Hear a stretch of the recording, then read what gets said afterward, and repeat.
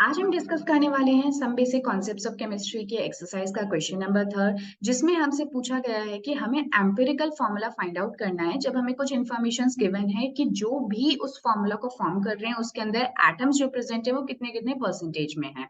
Let us से अगर हम आयरन के ऑक्साइड की बात करें तो आयरन इसके अंदर 69.9% है जबकि ऑक्सीजन 30.1% है।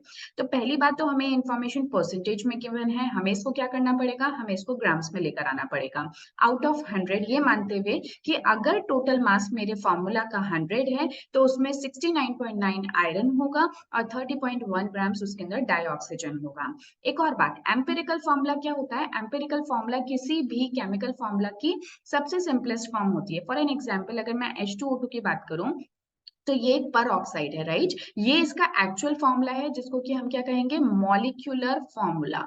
इसके लिए हम वर्ड यूज करते हैं मॉलिक्यूलर फॉर्मूला।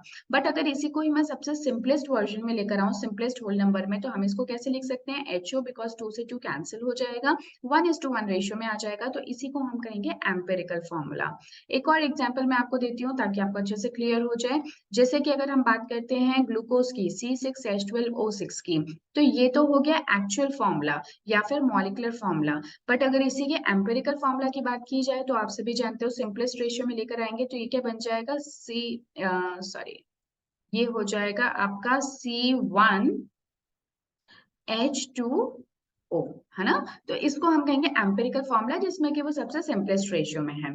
तो यहाँ पे हम बात कर लेते हैं कि इसको हम फाइंड आउट किस तरह से करेंगे। अभी फिलहाल हमें सिर्फ एम्पिरिकल फॉर्मूला को फाइंड आउट करना है और मॉलिक्यूलर फॉर्मूला को किस तरह से फाइंड आउट करते हैं वो मैं किसी आपको अनदर क्लास में बता दूंगी। तो देखो, सबसे पहले जो भी आपके एटम्स है जिनकी इन्फॉर्मेशन गिवन है आप उनको एक टेबल की फॉर्म में लिख लो। टेबल में ना सही तो आप सिंपली उनको साइड बाय साइड एक प्रॉपर तरीके से लिख दो ताकि आपको कैलकुलेशन करना आसान हो जाए। अब आयरन जो है उसके लिए ये सिंबल्स होते हैं, आप जानते हो। ऑक्सीजन के लिए O होता है। परसेंटेज बाय मास मुझे कितना गिवन है? आयरन का 69.9 जबकि 30.1 ऑक्सीजन का।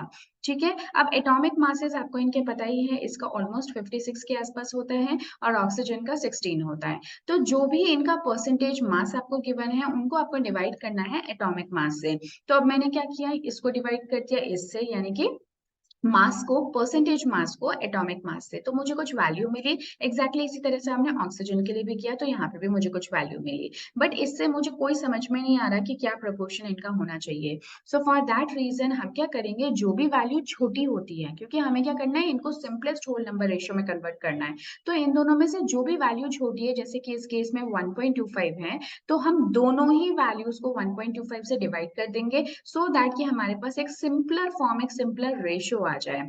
ठीक है, तो जब हम डिवाइड किया तो ये तो हो गया 1 और ये हो गया 1.5। बट अभी भी अगर आप देख रहे हो तो यार 1.5 कुछ क्लैरिटी सी नहीं है, मतलब और सिंपल इसको बनाया जा सकता है। तो आप सभी जानते हो कि अगर 1.5 को 2 से मल्टीप्लाई कर दें तो वो 3 बन जाएगा, 3.0 हो जाएगा, राइट? क्योंकि 15 2 कितना होता है, 30 होता है, और क्योंकि पॉइंट है तो वो 1.5 से 3.0 हो जाएगा, और 1 को 2 से मल्टीप्लाई करेंगे तो 2 हो गया। तो एक तरीके से मेरे पास क्या आ गया, 2/3 का रेशियो आ गया। यानी कि अगर आयरन इसके अंदर 2 रेशियो में है तो ऑक्सीजन का रेशियो 3 होगा बाय मास।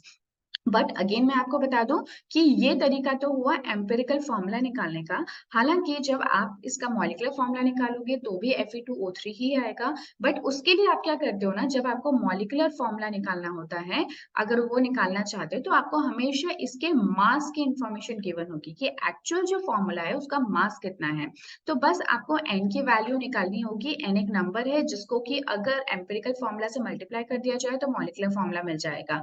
तो n निकालने के लिए आप क्या करोगे कि जो मॉलिक्यूलर फॉर्मूला मास आपको गिवन होगा, क्वेश्चन में हमेशा गिवन होगी इन्फॉर्मेशन, उसको आप डिवाइड कर दोगे एम्पिरिकल फॉर्मूला मास से। यहाँ से आपके पास कुछ वैल्यू आएगी, जैसे कि मान लेते हैं कि अगर मान लेते हैं अगर 1 वैल्यू आ रही है, तो इस केस में तो इस 1 को आप एम्पिरिकल फॉर्मूला से जब मल्टीप्लाई करोगे, मल्टीप्लाइड बाय Fe2O3, यानी कि मैंने इस 2 को भी 1 से मल्टीप्लाई किया, 3 को भी 1 से मल्टीप्लाई किया, तो मुझे Fe2O3 ही मिला। तो इस वजह से मैं कहूंगी कि यही मेरा मॉलिक्यूलर फॉर्मूला भी है, यही मेरा एम्पिरिकल फॉर्मूला भी था और यही मेरा मॉलिक्यूलर फॉर्मूला भी है। बट फॉर दिस केस अगर कोई और केस होता तो ये बिल्कुल अलग होता, जैसे कि मैंने आपको यहाँ पे बताया। तो यहाँ पे इस वाले केस में अगर हम ग्लूकोज की बात करें तो हमारे लिए जो n की वैल्यू, में कलर चेंज कर लेती हूँ, अगर हम यहाँ पे बात करते तो n की वैल्यू मेरे लिए निकल कर आती 2 और इस केस में भी n की वैल्यू मेरे लिए निकल कर आती 2।